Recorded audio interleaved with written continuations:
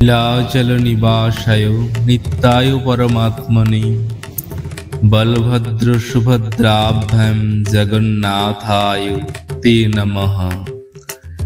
যিনি নীলাচলে অবস্থান করেন, যিনি চিরন্তন এবং পরমাত্মা, যার সঙ্গে বলভদ্র সুভদ্রা রয়েছেন, সেই জগন্নাথ দেবকে আমি প্রণাম করি। আজ আমি এই মুহূর্তে সেই নীলাচলে এসে উপস্থিত হয়েছি, অর্থাৎ সেই বিশ্ববিখ্যাত পুরীধাম। পুরীধামের অপর আরেক নাম নীলাচল ধাম, কারণ এই পুরীধাম এক নীল পর্বতের উপর অবস্থিত বলে একে নীলাচল ধামও বলা হয়।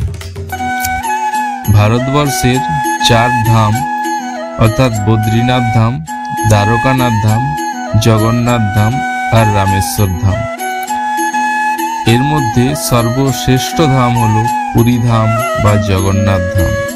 প্রভু জগন্নাথ দেব হলেন স্বয়ং বিষ্ণুরই এক রূপ। কথিত আছে ভগবান বিষ্ণু বদ্রীনাথ ধামে স্নান করেন আর দ্বারকানাথ ধামে পোশাক পরিধান করেন এবং জগন্নাথ ধামে অন্ন সহ 56 ভোগ গ্রহণ করেন এবং রামেশ্বর ধামে বিশ্রাম করেন।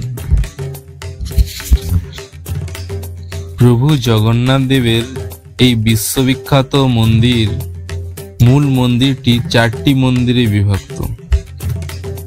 এক হচ্ছে মূল মন্দির, যেখানে স্বয়ং প্রভু জগন্নাথ দেব, বলভদ্র দেব ও সুভদ্রা দেবী সহিত বিরাজ করেন। দ্বিতীয় হচ্ছে জগমোহন মন্দির, তৃতীয় হচ্ছে নাট মন্দির, চতুর্থ হচ্ছে ভোগ মন্দির। আর এই 4টি মন্দিরকে একটি পরীক্ষা দিয়ে ঘেরা আছে। এই পরীক্ষা ঘেরাকে ভিতর বেড়াও বলা হয়ে থাকে। এর ভেতরে প্রভু জগন্নাথ দেবের মন্দির ছাড়াও আরো অনেক দেবদেবীর মন্দির আছে। আর এই ঘেরার বাইরের দিকে আরো একটি বিশাল 4 কোণা অর্থাৎ 4 দিকে এক বিশাল প্রাচীর দিয়ে ঘেরা আছে। একে বাহির বেড়াও বলা হয়ে থাকে। এই বাহিরের যে প্রাচীর, সেই প্রাচীর পূর্ব পশ্চিমে প্রায় 665 ফুট লম্বা এবং উত্তর দক্ষিণে প্রায় 640 ফুট লম্বা। আর এই প্রাচীরের উচ্চতাও অনেক, প্রায় 22 ফুট।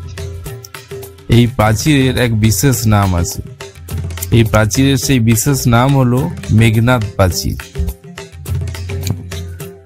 আর এই পরীক্ষার ভেতরের দিকে আছে প্রভু জগন্নাথ দেবের সেই বিশ্ববিখ্যাত রান্নাঘর, আর আছে ভোগ অফিস বা আনন্দবাজার, আর বেশ কিছু ফুলের বাগানও আছে।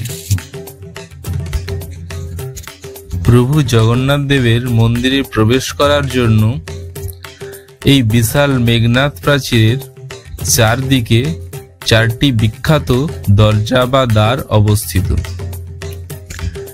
পূর্ব দিকে যে দ্বার, সেই দ্বারের নাম সিংহদ্বার বা মোক্ষদ্বার। সিংহদ্বারে 2 দিকে 2টি সিংহের মূর্তি রয়েছে।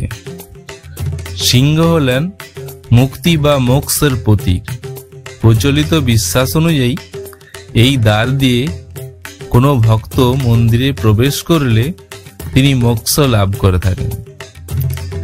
এইটি হলো মূল দরজা। পূর্ব দ্বারের ঠিক উল্টো দিকে অর্থাৎ পশ্চিম দিকে যে দ্বার অবস্থিত, তার নাম ব্যাঘ্রদ্বার বা ধর্মদ্বার। এই দ্বারের 2 ধারে 2টি বাঘের মূর্তি রয়েছে। এই দ্বারের তাৎপর্য হলো এই, বাঘ হলো ধর্মের প্রতীক। আর হিন্দু ধর্মে ধর্ম হলো একটি গুরুত্বপূর্ণ দর্শন। প্রতিটি মুহূর্তে আধ্যাত্মিক সাধককে তার ধর্ম মেনে চলতে হয়। ব্যাঘ্রদ্বারে প্রবেশ করা ভক্তকে তার ধর্ম সম্পর্কে স্মরণ করিয়ে দেয়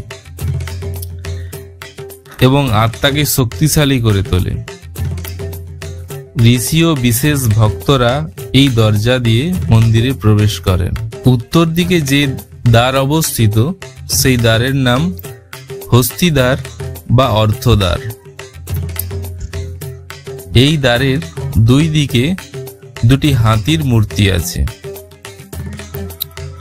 কিন্তু বর্তমানে সে হাতিগুলি মেরামত করে অন্য কোথাও, মন্দিরের অন্য কোথাও রাখা আছে। এই দ্বারের তাৎপর্য হলো হাতিকে সম্পদের দেবী মা মহালক্ষ্মীর বাহন হিসাবে গণ্য করা হয়। অর্থাৎ প্রচলিত বিশ্বাস অনুযায়ী কোনো ভক্ত এই দ্বার দিয়ে মন্দিরে প্রবেশ করিলে সেই ভক্ত প্রভু বিষ্ণু আর মাতারানী লক্ষ্মী দেবীর আশীর্বাদে ধন সম্পদ অর্জন করেন। ধন সম্পদ কামনাকারী ভক্তরা এই দ্বার দিয়ে প্রবেশ করেন। উত্তর দিকের ঠিক বিপরীতে অর্থাৎ দক্ষিণ দিকে যে দ্বার অবস্থিত তাকে অশ্বদ্বার বা কর্মদ্বার বলা হয়। এই দ্বারের তাৎপর্য হলো এই দ্বারে দুই দিকে দুইটি ছুটন্ত ঘোড়ার উপরে প্রভু জগন্নাথ দেব ও প্রভু বলভদ্র দেব উপস্থিত আছেন। এটি বিজয়ের রাস্তা হিসেবেও পরিচিত। কথিত আছে রাজারা যুদ্ধে জয়ী হওয়ার জন্য প্রভুর আশীর্বাদ চেয়ে এই দ্বার দিয়ে মন্দিরে প্রবেশ করতেন। এই জন্য এই অশ্বদ্বার বিজয়ের দ্বার হিসেবেও পরিচিত। আজ আমি